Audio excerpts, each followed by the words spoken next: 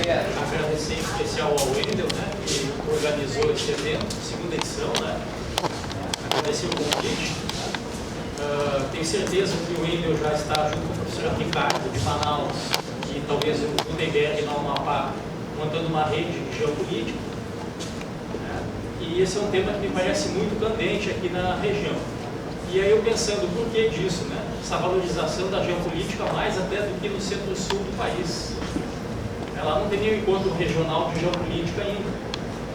A geopolítica ela está renascendo na geografia, como vocês sabem bem. E aqui já está na segunda edição desse evento. Por que disso? Me parece que, se pegarmos o conceito de fronteira, né, como frente de ocupação, o conceito de fronteira socioeconômica, e pegarmos o conceito de fronteira político, né, como separação jurídica política entre estados, aqui na Amazônia, a fronteira econômica está alcançando a fronteira política. E isso traz uma valorização da temática de fronteira em várias dimensões.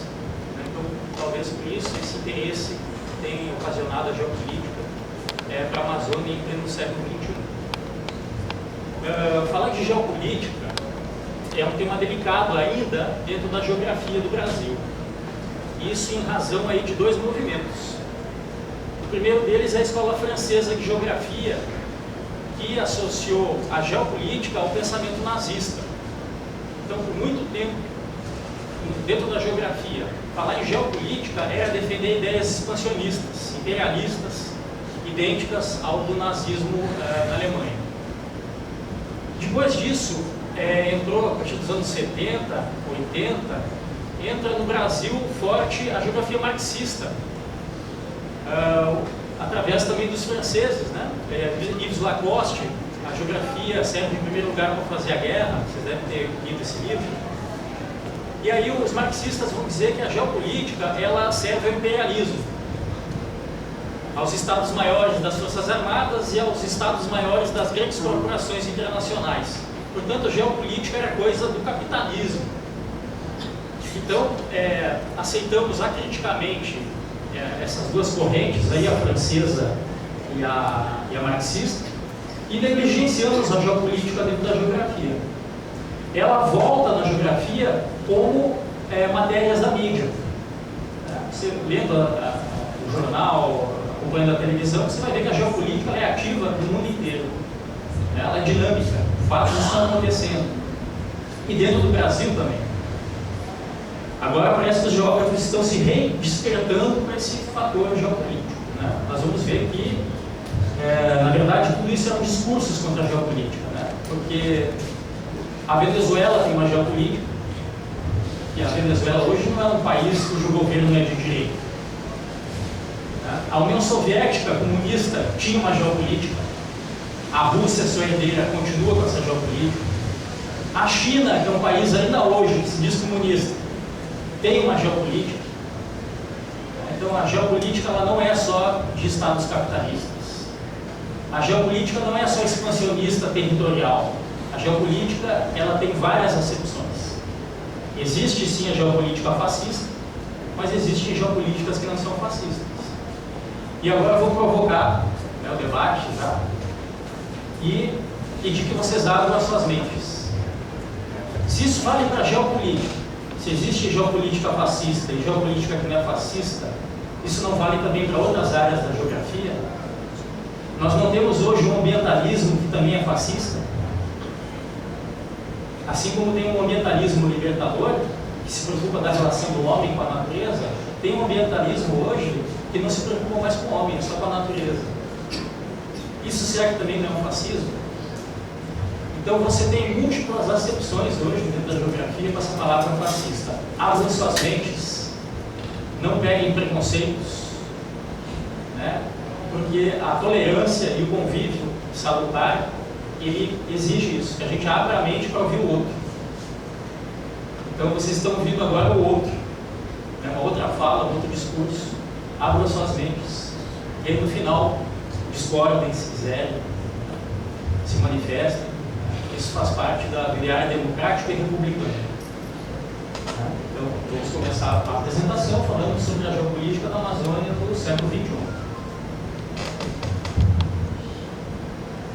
Então, em termos de políticas públicas, hoje no Brasil, elas têm duas aplicações.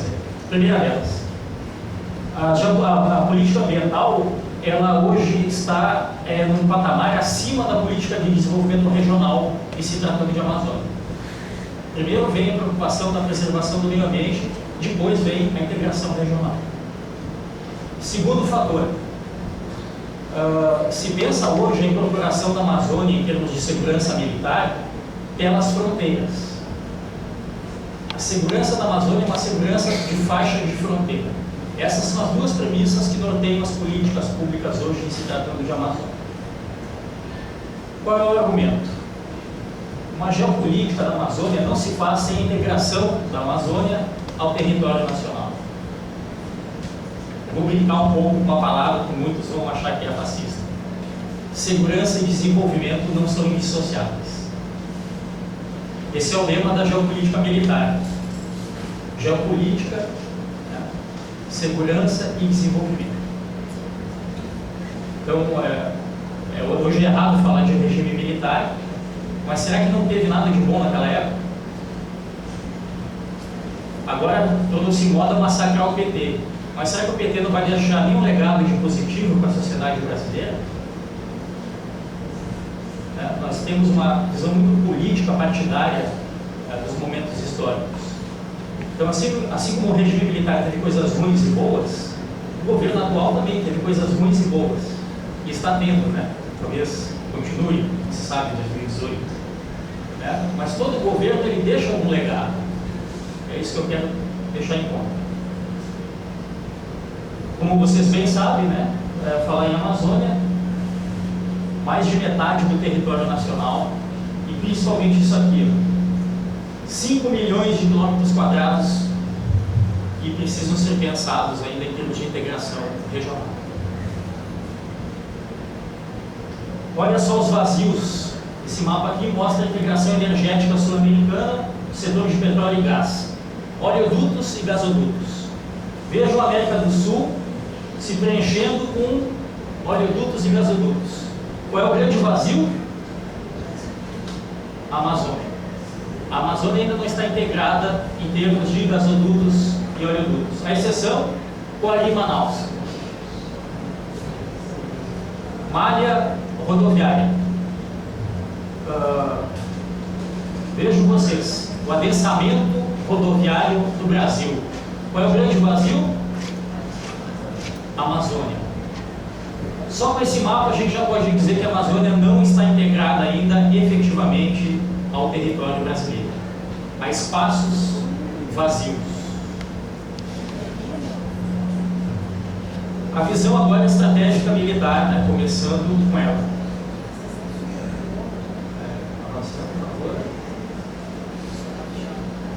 Qual é a ideia militar de ocupar as fronteiras amazônicas? Agora ficou perfeito. Melhorou. Obrigado. No sul do Brasil, como vocês sabem aí, né, das aulas de história, nós tivemos aqui nessa área de fronteira uma disputa feroz, inclusive com guerras entre Espanha e Portugal. Portugal foi expulsando os espanhóis, dando terras em áreas de campo aos estancieiros militares, pelos serviços prestados à coroa de Portugal. Algumas dessas fortalezas militares viraram cidades. Hoje, inclusive, são cidades gêmeas, né, nas fronteiras dos atuais Uruguai e Brasil, Brasil e Argentina. A ideia dos militares é reproduzir esse processo do sul do Brasil na região norte. Então há um deslocamento de quartéis, sobretudo do estado do Rio de Janeiro, para a fronteira amazônica. Qual é a ideia que subjaz a esse deslocamento? A partir desses quartéis se originar cidades, e com a cidade o desenvolvimento. Qual é a diferença da implantação dessa ideia aqui na Amazônia hoje, no século XXI, para o que foi executado lá no sul do Brasil na época colonial? A diferença é que não se está se preocupando com as áreas adjacentes aos quartéis. Essas áreas continuam sendo com florestas. se tem floresta, não vai ter adensamento humano. Se não tem adensamento humano, vão ser ilhas urbanas isoladas do resto. Porque no sul do Brasil, essas fortalezas eram acompanhadas do uso da terra para a criação de gado. Então gerou uma economia regional e permitiu a interligação de vários pontos do território. Essa interligação regional com esse modelo ambientalista, nos moldes como ele está implantado, não sou contra a política ambiental, pelo amor de Deus, né? Mas nos moldes como está sendo implementado, ele não prevê a ocupação dessas áreas no entorno das cidades, fazendas. Então nós vamos ter ilhas aí. Aqui são postos de fronteira. Vocês podem perceber que elas indicam uma ação do Estado muito mais intensa também nas fronteiras do Centro-Sul. Aqui quase não há presença de Estado. Portanto, o narcotráfico é evidente que vai se beneficiar dessas lacunas da presença do Estado. Tá? Muito mais fácil você transportar drogas pelas fronteiras do Norte do que pelo Sul. Tá? Não é que não aconteça no Sul, mas com menos intensidade. E aqui onde estão sendo concebidos os quartéis, dentro dessa ideia, principalmente do programa Calha Norte. Eu até brinco lá com o pessoal, né, quando eu dou palestras do Centro-Sul, né, que algumas cidades lá do Centro-Sul tem mais homens que mulheres. Aí as mulheres ficam entusiasmadas, né, para procurar marido, né? Pois bem, está mudando esse quadro, né, porque esses quartéis, vocês imaginem, né? Se desloca um quartel desse, são 3, 4 mil homens chegando numa cidade que não tem 3, 4 mil mulheres excedentes. Então vai haver uma mudança aí muito rápida nessas cidades aqui, em termos de taxa de masculinidade. Meninas que ainda não têm marido, é só observar onde estão esses quartéis que as chances aumentam. Homens, ao contrário, fujam dessas cidades, porque não vai sobrar muita mulher, a disputa vai estar feroz. E os políticos, né? Vimos o que os militares pensam, agora vamos ver os políticos. Né? O falso milagre da internacionalização, que é todo o discurso, né? A Amazônia se internacionalizando, sem completar a integração regional. Será que isso é possível? Então, nós vamos ver agora uma série de mapas aí desse projeto da IRSA, Iniciativa de Integração Regional Sul-Americana. São vários projetos para criar redes de comunicação e de energia na América do Sul, para completar a integração econômica sul-americana. Vocês estão vendo aqui para a Amazônia o que se pensa em termos de IRSA. Nós temos aí a ligação, a BR-174, Manaus, Boa Vista até o Caribe, né, Caracas, já é uma realidade asfaltada. A ligação de Macapá, a ideia é fazer esse anel. E aí, pasmem os senhores, um deslocamento terrestre aqui por via asfáltica entre áreas do próprio território nacional, Macapá, Boa Vista, por exemplo, você vai ter que dar a volta se quiser fazer por terra. Mas, no entanto, as Guianas estarão integradas, né, e a Venezuela também integrada. Então, se pensa primeiro a integração regional e depois, né, ou nem se pensa a integração regional. Amazonas, né, via fluvial, e aqui uma ligação rodoferroviária até os portos do Pacífico. Então, multimodalidade. Seguinte. Outra ideia da IRSA é unir a Bacia do Prata à Bacia do Amazonas. Com construção de algumas reclusas aqui no centro-oeste, e aí, em tese, no futuro nós poderíamos pegar um barco em Belém, Manaus, Tabatinga e irmos até Buenos Aires, por dentro da América do Sul. Claro que será uma viagem muito penosa, vai ser para aposentados, da CVC Turismo, né? Não para fins de turismo para nós ainda, né? Embora para mim já daqui a pouco talvez seja. Vamos lá então no seguinte, por favor. Aqui o mapa final, como ficará a integração da América do Sul se todos os projetos da IRSA forem efetivados. O que se nota? A Amazônia aparece aqui na integração graças ao que já existe, que é a Bacia do Amazonas. Mas não há ligações terrestres, com exceção da BR-174.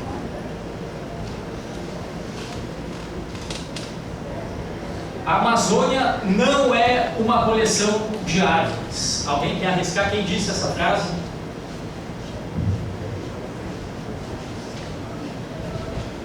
A Amazônia não é uma coleção de árvores. Há pessoas vivendo na Amazônia, como nós bem sabemos. Quem disse essa frase foi Milton de Almeida Santos. Mas como só interessa colocar o Milton Santos revolucionário, né, que é contra o capitalismo, não se considera frases como essa. Sobre a reforma agrária, quando perguntavam para o Milton Santos se ele era a favor ou contra, ele dizia: primeiro vocês têm que perguntar para as pessoas se elas querem continuar vivendo no campo, ou se elas querem que o filho dela vire engenheiro, médico, arquiteto. Primeiro perguntem isso. Aí, se quiser viver no campo, aí sim faça um assentamento. Essa pergunta não é feita. A mesma coisa, né? Se tratando de Amazônia. A Amazônia não são só árvores. Nós temos aqui a densidade populacional ainda baixa em algumas áreas, né? Mas como são áreas muito grandes, vai nos traduzir aí em muita população. A Amazônia Legal abriga 23,5 milhões de habitantes, 12,8% do total do Brasil. Mas o mais importante é isso aqui, ó. Entre a década de 50 e 2007, a população da Amazônia Legal cresceu 516%. A média nacional, no mesmo período, 254%. A Amazônia cresceu o dobro do que a média do Brasil. E esses índices continuam altos, não só por imigração, ela talvez tenha até diminuído, mas por um crescimento interno mesmo. Eu falei no voo Manaus para cá, com 2 pessoas, cada um tinha 6, 7 irmãos. Já vi de famílias que na outra geração tinham 10, 12 irmãos. Diminuiu um pouco, mas ainda é alto, 6, 7. No sul já está 2. Em algumas áreas já está 1,9. Menor que 2,1 e abaixo da taxa de reposição da população. A tendência é diminuir. Se cada mulher tem 1,9 filhos ou menos, a tendência da população é diminuir. No sul já tem taxas de 1,9 em algumas áreas.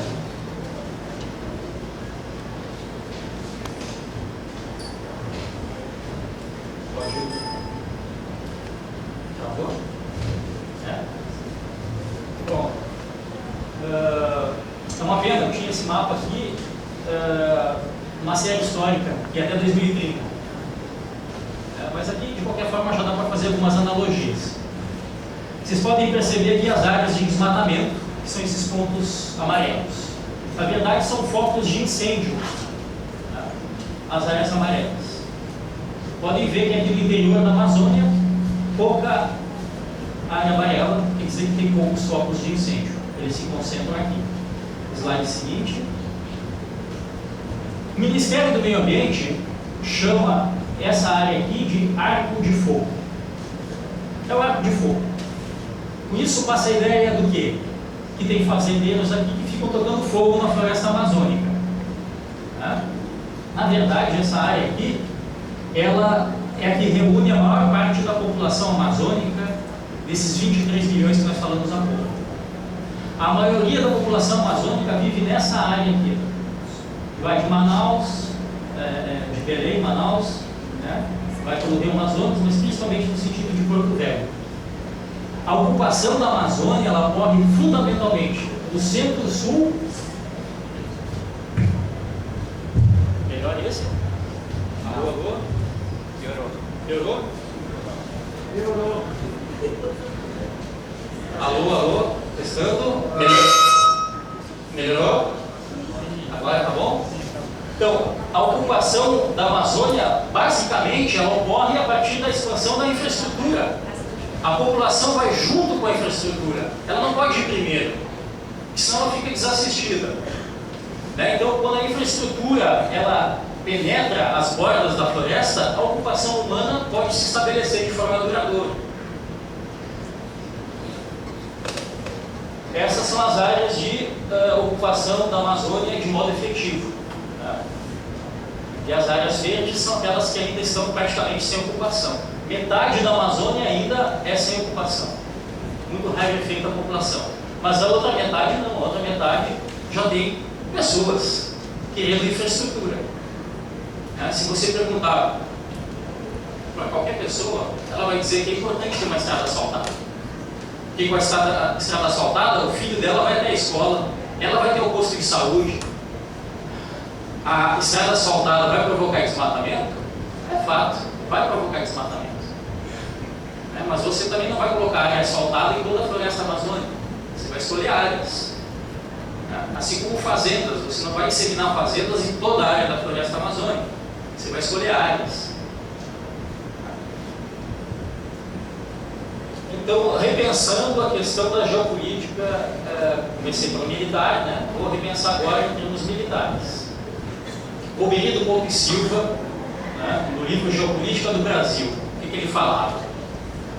Estende-se aquela fronteira terrestre, em grande parte, através do deserto que a Ileia domina como vasto cinturão protetor. Essas condições favoráveis de início é que asseguram um indispensável grau de imunidade às ações de conquista, mantidas em potência ou duração por vindas do exterior. É, de fato, a própria insularidade em proporção continental. O que ele está querendo dizer com isso? Olha só, a proteção que a floresta amazônica assegura em termos de defesa, em termos de estratégia. É quase impossível uma força aerotransportada ou naval que aporte na Colômbia, na Venezuela ou em algum outro país andino, por terra, adentrar o território do Brasil pela Amazônia. É impossível. Ele só vai ter um caminho, a BR-174. Você pode facilmente impedir o avanço de qualquer força terrestre que tente invadir o Brasil a partir de nossas fronteiras norte. São poucos os pontos de acesso. Equipamento pesado militar não entra pela floresta amazônica. Segundo aspecto, se uma frota naval hostil nos ameaçar em lançar mísseis a partir do Pacífico, bom, esse míssil terá que ter uma capacidade tecnológica extraordinária, que hoje não existe. Qual é essa vantagem técnica que ele teria que ter? Imaginem vocês, um míssil sendo lançado aqui ao nível do mar, ele teria que vencer 5, 6 mil metros de altitude, voltar para distâncias aí de 200, 300 metros de altitude para atingir uma parte do nosso território. Esses mísseis não conseguem fazer isso hoje ainda, vencer essa distância toda. Só os hiperbalísticos, que transportam ogivas nucleares. Mas aí não adianta colocar quartel na fronteira que você não vai impedir um míssil balístico transportando armas nucleares. Não adianta colocar postos na fronteira, porque você não vai precisar desses postos, porque é impossível veículos pesados por terra entrarem na Amazônia. Então, por que esses quartéis estão na fronteira da Amazônia? A resposta eu creio que todos vocês já sabem, né? A ideia principal é evitar o narcotráfico, que ele consiga adentrar áreas do território nacional. O Exército está reduzindo hoje a função de ação anti-guerrilheira. As Farc são uma organização guerrilheira. Né? Então, basicamente, o inimigo aí seria a Farc. E aqui as áreas, né, ao contrário, se uma embarcação hostil disparasse um míssil do Atlântico, ela poderia atingir qualquer ponto do território nacional. Está dentro da área de alcance do Tomahawk, que é o principal míssil hoje dos Estados Unidos.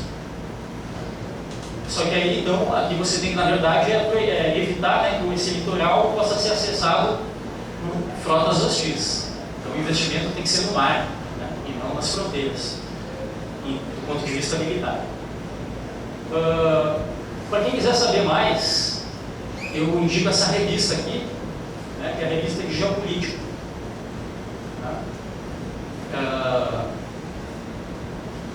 Ela tem uma série de artigos, e um deles é de uma professora do Acre, Nazira Kameli. Ela estudou a fundo a reserva extrativista Chico Mendes. onde vários agricultores, extrativistas na verdade, né, foram expulsos da reserva porque fizeram um pequeno roçado para plantar mandioca, milho, criar uma cabeça de gado, para ter leite. O INCRA veio e expulsou esses extrativistas, porque eles estavam desmatando a reserva extrativista. Aí eu pergunto, né, o que é o fascismo hoje? Né? Se o fascismo é só o nazismo ou se são certas formas de pensar que são nazistas. Né? Qual é o grau de impacto que um pequeno roçado para a subsistência de uma família vai ter na floresta amazônica? Né?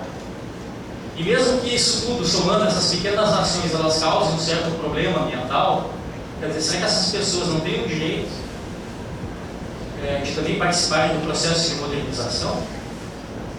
Será que nós não podemos compensar em outras áreas que hoje não são florestadas, como o Centro-Sul? O Centro-Sul, o agronegócio avançou de tal forma que se extinguiram florestas. Não podem ser replantadas florestas também no Centro-Sul? Por que reduzir hoje a questão ambiental à Amazônia, enquanto o Centro-Sul fica com os lucros do agronegócio? Acho que isso tudo tem que ser rediscutido, porque nós estamos numa federação. Então, assim como não é justo que um só Estado tenha todas as indústrias, não é justo que o Estado seja condenado a manter toda a floresta, enquanto o seu povo não tem estrada asfaltada e não tem espaço para abrir um roçado, para alimentar a sua própria família. Eu acho que na sequência tem aí alguns mapas, né? Velha preocupação dos geopolíticos, né? De que vai ocorrer uma invasão, né, pelas fronteiras. E isso explica por que nós ainda estejamos preocupados em colocar quartéis nas áreas de fronteira, né? Embora sem uma justificativa maior, como vimos há pouco. E seria a presença americana do lado de lá da fronteira.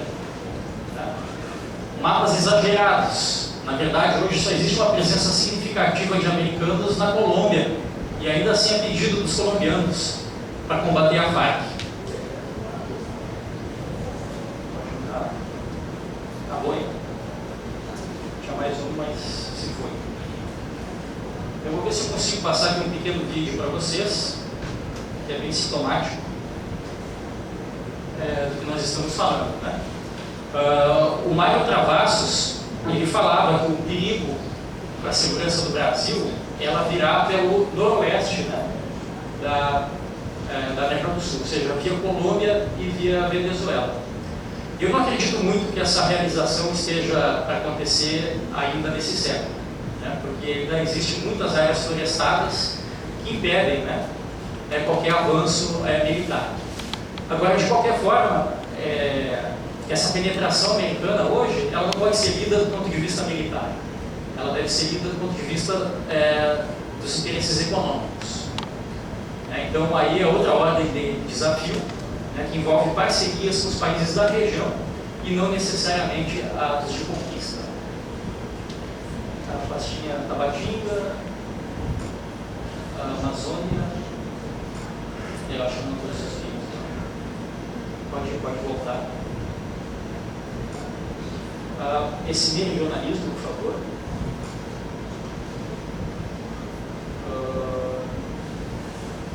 E me abra aí, por gentileza, o PowerPoint André Martins.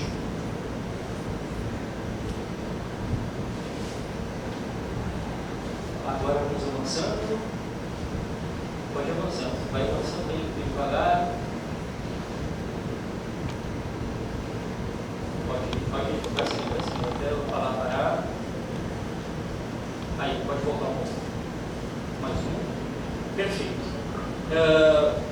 No início, então, da fala, e agora eu fecho a apresentação, né, eu disse para vocês que não há só uma geopolítica fascista.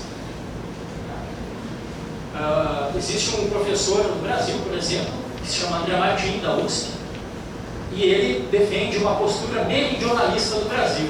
Ele criou uma teoria geopolítica chamada meridionalismo para dar conta das necessidades do Brasil em termos de desenvolvimento econômico. Basicamente, o meridionalismo são as ligações sul-sul. Avança mais um slide, mais um. Ele faz essa inversão do mapa, né? O usual, né, em cima e embaixo, ele modifica, né, mostrando que o Brasil, primeiro, está cercado por mares. É uma ilha cercada por mares. Portanto, nós somos um país com vocação marítima, com projeção pelo mar. Quem são nossos vizinhos? A África, a Austrália e Índia. Então, com este mapa fica claro que as distâncias geográficas, custo do frete, portanto, do Brasil com a Austrália, com a África do Sul e o restante da África e com a Índia, eles tendem a ter um custo menor do que com outras partes do mundo. Então, é uma vocação do Brasil a inserção numa condição meridional. Com isso, ele está negando todas as ideias geopolíticas que vêm ou dos Estados Unidos ou da Rússia, né? Chamado atlantismo hoje, né? E chamado de eurasianismo. A nossa visão brasileira deveria ser uma terceira, uma nova geopolítica, né? voltada para o comércio marítimo com esses países que têm uma condição de desenvolvimento muito parecida com a nossa. Pode avançar um pouquinho.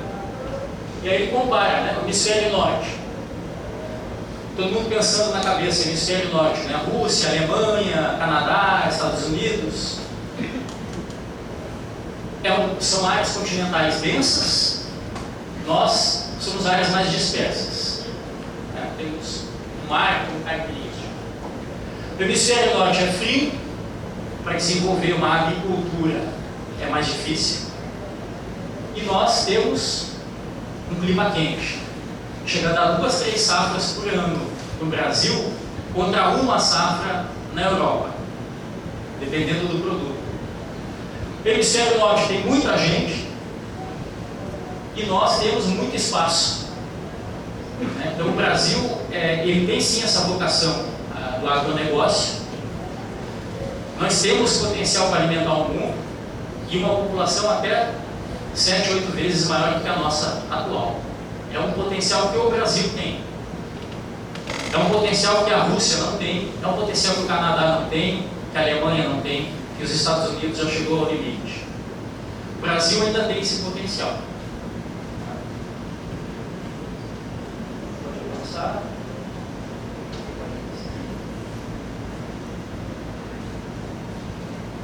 Pode avançando. Pode cair. Pode seguir. Isso. Obrigado. Então essa seria a linha, né, que recorta aí o mundo meridional, que seria a área de intervenção do Brasil. Tá? Uma projeção do Brasil seria da América do Sul, a outra na direção da África do Sul, da Índia e da Austrália. Tá? Todos os países que lutam por uma nova ordem internacional. Tá? Todos os países dependentes, né, no sentido militar, diplomático, político, portanto tem os mesmos interesses que o Brasil tem. E a projeção terrestre do Brasil é pela América do Sul. Só que sem a integração da Amazônia, ela vai ser sempre uma integração, uma projeção, né, regional limitada. A Amazônia, a integração regional da Amazônia, ela é fundamental para que as aspirações de um país, finalmente potência, se realizem. Então esse é o desafio da geopolítica hoje, do Brasil. Integrar a Amazônia. Então agora eu vou me colocar à disposição de vocês para as perguntas, para não ficar um monólogo, né? Só eu falando, já tem gente dando uma soninho, né? Fica só uma pessoa falando, não é muito producente. Quem tem a coragem e bravura de fazer a primeira pergunta?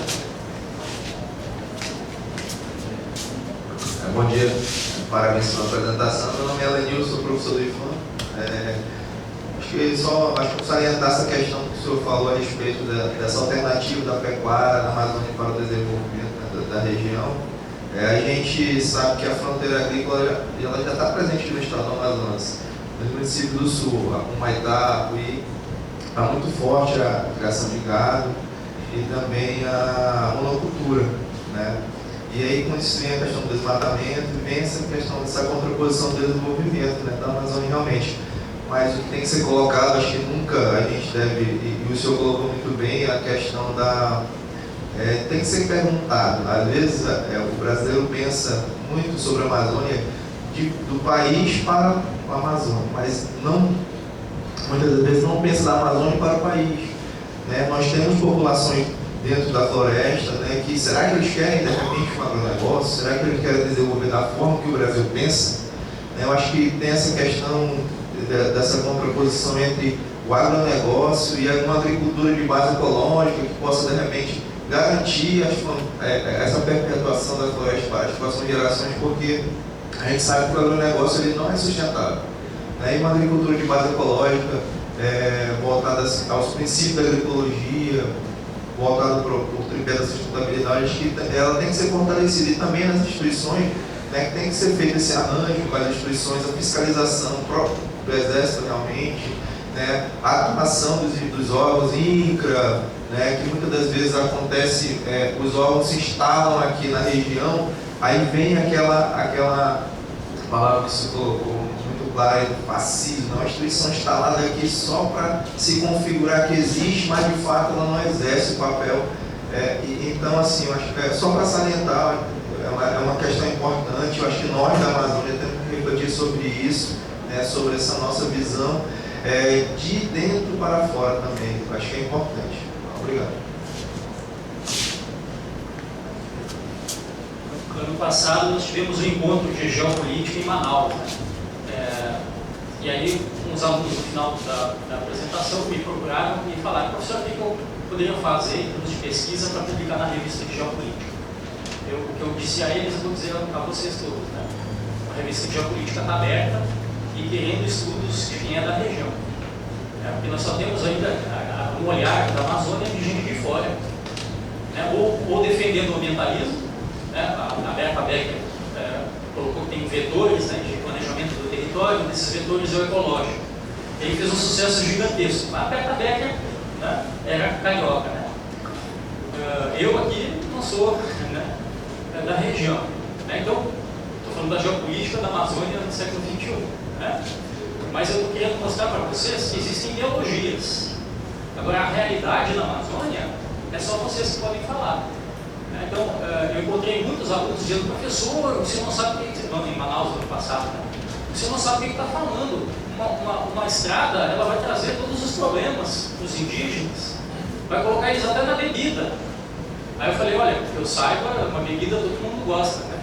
Eu gosto de tomar um whiskyzinho, uma cervejinha. O índio não pode beber, não, né? Índio, quando bebe, é cachaceiro. A gente bebe, não é cachaceiro, volta emborrachado, vomita quando chega em casa, não é cachaceiro. Então, o índio não tem também esse direito, né? Mesmo os problemas que são taxados de negativos para nós, talvez para eles não sejam, né? Então, é como o professor falou, né? Dar voz para as pessoas que vivem na região. Vamos construir uma estrada. O que as pessoas que hoje vivem, dependendo do bairro, pensam em relação a essa estrada? Querem ou não querem essa estrada? Estrada que hoje é de terra, vamos asfaltá-la? O que pensam as comunidades que vivem nas margens dessas estradas de terra? Me apontem um estudo que mostra o que essas pessoas pensam. Não existe. Só existe discurso sobre a Amazônia. O que o antropólogo acha que deve ser a Amazônia? O antropólogo, com relativismo cultural, ele acha que os índios são como animais, de zoológico, não podem ser tocados. Essa ideia vem lá da Alemanha, lá da Europa, com essa visão romântica do tropical, do mundo tropical. Tem que preservar os seus valores, né, que não são comparáveis. Discurso de antropólogo. Ambientalistas, de novo, vários tipos de ambientalistas, pelo amor de Deus, como tem vários tipos de geopolíticos. Aquele ambientalista anti-desenvolvimentista, radical, ele vai dizer: não pode derrubar uma árvore. Discurso. Onde é que está a fala dos atores que vivem na região? Isso tem que aparecer nos artigos acadêmicos. Hoje a discussão é só de teorias, né, de ideias que se pensa acerca da Amazônia. Mas onde é que estão os reais interesses dos amazônicos? Se vocês não colocarem isso no papel e mandarem para São Paulo para publicar, para o Rio de Janeiro, vai continuar havendo só os discursos. Né? Eu sempre digo, olha, essa já é a minha terceira vez que eu venho para a Amazônia. Eu sempre digo assim, olha, eu acho, na minha opinião, que o amazonense é o que qualquer brasileiro quer. Quer comer um belo churrasco, quer leite fresco, quer tomate fresco, quer cenoura fresca, quer boa escola, quer poder pegar seu carro e ir para uma outra cidade, com estrada asfaltada. É a mesma coisa. E vou até mais longe. Se a gente pegar um indígena, a maioria também quer isso. Mas por que essa fala está interditada? Para pegar o Michel Foucault, né? O espaço interditado, as falas interditadas. Vamos usar as avessas agora. Por que essas falas são interditadas hoje? A quem interessa isso? A quem interessa que o Brasil não se desenvolva mais? Nossa agricultura já está quebrando a agricultura europeia, já está competindo de igual para igual com a agricultura dos Estados Unidos. Quem é que não quer que a gente tenha mais agricultura ainda, mais competitiva? O discurso ambiental radical não serve a esses grupos que hoje perdem para a nossa agropecuária? Ah, professor, mas o agronegócio é o capeta. Eu já ouvi isso, né? É o demônio. Porque a gente não está produzindo alimento para o brasileiro, mas está produzindo para o chinês. O chinês também tem direito de se alimentar. O chinês também é gente. A nossa soja, ela vira alimento na China. Sem a nossa soja, nós teríamos milhões de famintos na China. Mas na Europa ela vira ração para gado. Vira, e aí o gado vira churrasco. Vira leite. Leite que vai sustentar milhares e milhares de pequenos agricultores franceses. Então os eventos, eles estão encadeados numa lógica global. Então quando a gente só vê assim os discursos, né? É o capitalismo, né? O negócio é o cão. Vamos olhar para a realidade. O que as pessoas querem. O professor universitário às vezes é comunista, ele quer o comunismo, né? Ele quer o ecologismo 100%. Mas será que as pessoas são comunistas? Eu acho que não. E olha que eu já fui do Partido Comunista Brasileiro, o PCB, na época da ditadura militar. Já fui. Filiado. Mas estou dizendo para vocês que as pessoas não querem comunismo. Eu ia em porta de fábrica, as senhoras olhavam para mim assim, meu filho, vai estudar para não ser o que eu sou. Não perca seu tempo falando de política, vai estudar, meu filho, vai ter alguma coisa na vida. E eu saí de lá alienado de classe. Não tem consciência de classe, onde é que já se viu isso? Ia de novo na fábrica, e de novo na fábrica. E não deu certo. Porque as pessoas não são comunistas. As pessoas não se movem por ideologia, elas se movem pela prática. Então, tem que aparecer isso nas falas. A gente tem que desinterditar essas falas. Isso cabe a vocês. Quem está fazendo monografia, quem está fazendo projeto de pesquisa na área, principalmente na área humana, mas não só, né? Mas é dar visibilidade ao discurso desses atores amazônicos que hoje estão sem fala. Só tem discurso hoje para os amazônicos. Aí quando surge alguma coisa, a imprensa abafa. Então tem que primeiro virar verdade acadêmica, né, para depois chegar ao grande público.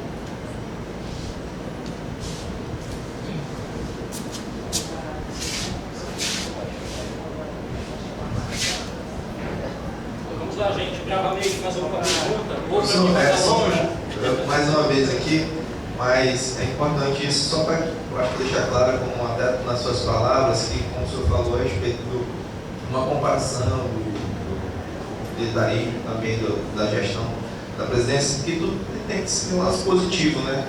Não quis dizer em nenhum momento assim naquela questão, quando eu falei do agronegócio ser insustentável, né? Que também não tem seus pontos positivos, com certeza. Mas a minha preocupação também nessa questão do desenvolvimento, eu me preocupo com a questão dos pacotes, né? O governo às vezes faz um pacote, quer replicar esse pacote que aplicou no sul, na Amazônia. Mas a gente tem um exemplo, acho bem recente aqui no estado, pelo governo do Estado, que foi o chamado terceiro ciclo, querendo desenvolver o setor agrícola com a distribuição de ferramentas e máquinas agrícolas, sem o mínimo de capacitação aos produtores, sem perguntar, e houve um fracasso. O que foi aproveitado pelos agricultores familiares foi a enxada, o teçado, o forno para a casa de farinha, mas as máquinas agrícolas, microtratores, motocultivadores, estragaram nas comunidades. Por quê? Não tinham capacitação, não estavam familiarizados com aquilo. Eu acho que, só para deixar claro, né, e muito bem colocado, como o senhor falou, eu acho que dentro da academia que a gente tem que, de repente, começar eu acho que através do grupo de pesquisas, incentivar a pesquisa e mostrar, eu acho que a nossa cara para fora, eu acho que é importante. Agricultura de várzea, sim ou não? O que é possível com a agricultura de várzea? Intercalar faixas de mata com a agricultura, né? Trabalho intensivo ou tecnologia intensiva? Isso só pode ser dito quem é daqui, conhece a realidade. Aí é vocês que têm a palavra, né? Para dizer o que pode ser feito e o que não pode. Bom dia, professor. Só para reforçar também o que você falou, que bom, com licença aqui, olhar para trás e ver esse auditório cheio de gente. Eu espero que não seja tão somente, né, para completar a hora acadêmica, porque eu já passei por aqui, eu sei o que é isso, eu falo com propriedade, né? Porque realmente as discussões têm que ser feitas, né? Tem que sair daqui para fora toda a experiência que é vivida na região, para que a gente realmente fale com autoridade também, né? É aqui na academia que saem as pesquisas, e que eu espero realmente que todos estejam aqui, ou então a grande maioria, ou 10% disso aqui, se dediquem realmente às pesquisas. Porque se não for assim, vai continuar nos terceiros, quartos, quintos, tantos ciclos que forem, uma experiência externa para dentro. A gente tem uma experiência no nosso campus, que projetos que foram feitos para outras regiões, para serem aplicados aqui. Projetos de engenharia.